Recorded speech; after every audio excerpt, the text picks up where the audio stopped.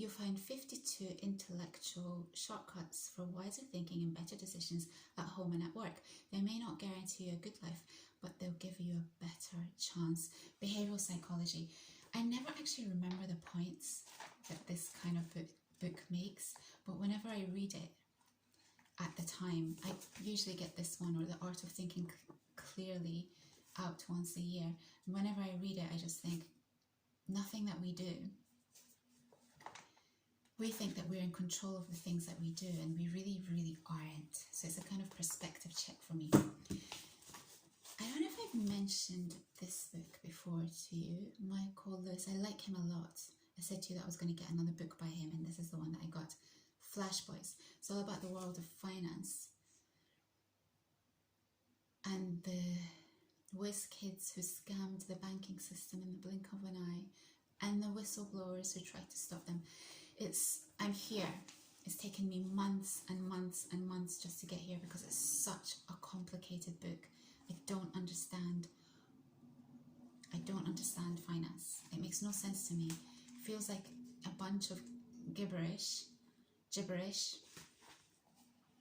that's been created in the hope that no one understands what it is.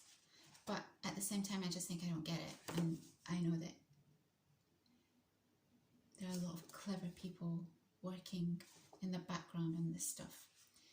Interesting, not my favourite book of his just because it's so complicated, and the last book of his that I read was a Sam Bankman-Fried book about hedge funds, and this one is about more like the finance world. And then I got this book called Educated Out, and I haven't read it yet. It's about some girl who, I think she was Mormon, and she just wanted to educate herself, and somehow she ended up, she's either from America or Canada, but I'm thinking America, and she ended up in the UK studying at Oxford or Cambridge. As you can tell, I really haven't read this book because Cambridge scholarship. Yeah, Cambridge. She just wanted to educate herself, and that's what she did. So I'm hoping it will give me a bit of a reality check in that some people have it really, really tough, and I just need to be very grateful I just need to be grateful.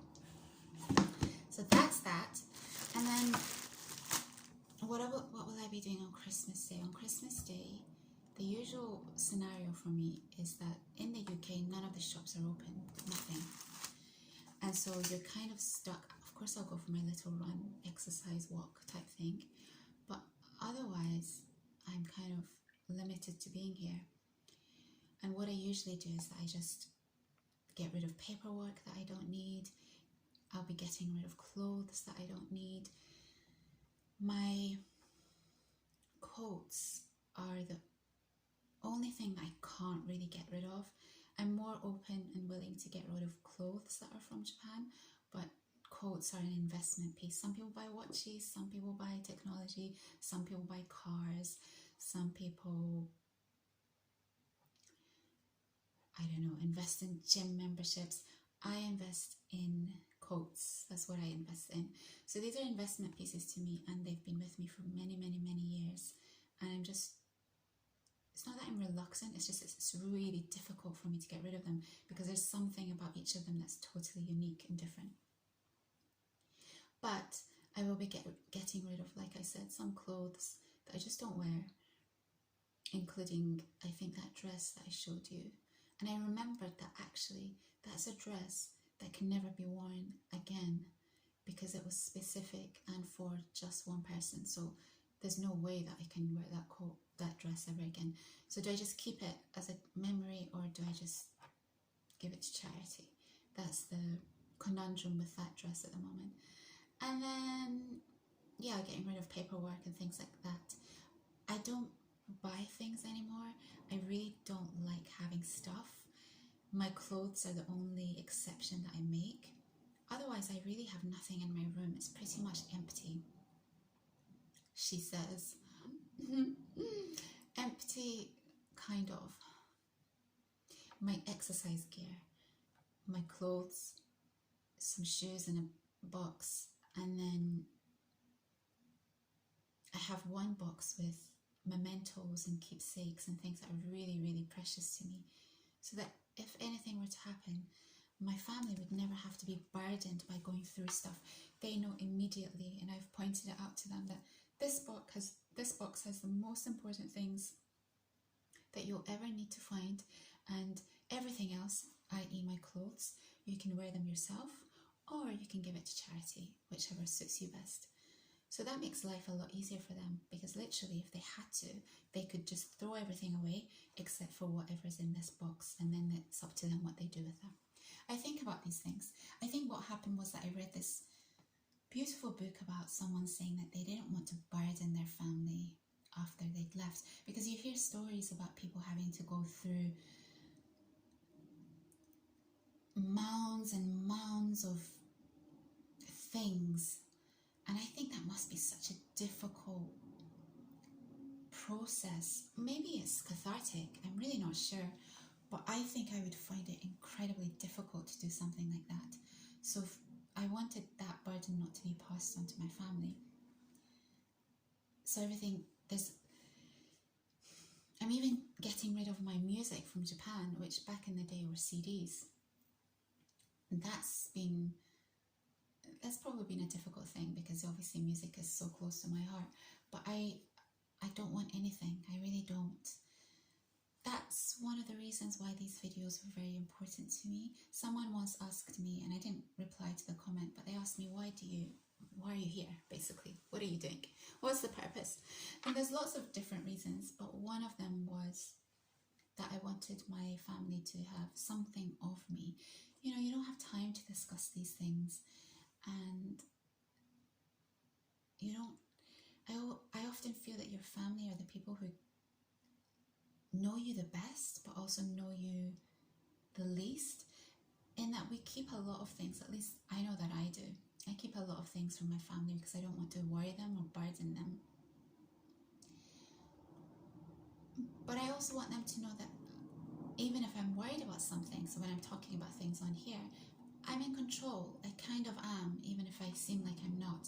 So fundamentally, I wanted them to have something of me that wasn't a physical object, a way to remember me by. And that's why it's really important for me to come back on here. I suppose it's a kind of punishment. What I'm doing is a sort of punishment, because I can't be enjoying myself when I'm not achieving the things I should be achieving. That's just not how life works. We achieve the things that we need to achieve, and we have fun at the same time. So we work hard, we play hard. And if you're not doing either, then what's the point in life? What is the point in life? What else did I want to talk to you about? I saw a video. I won't stay too long because I have a feeling I'm going to get interrupted today. I saw a video by John Griffin who'd said that, what did he say? Being single, it's better to be single. Men, basically, it's better for men to be single.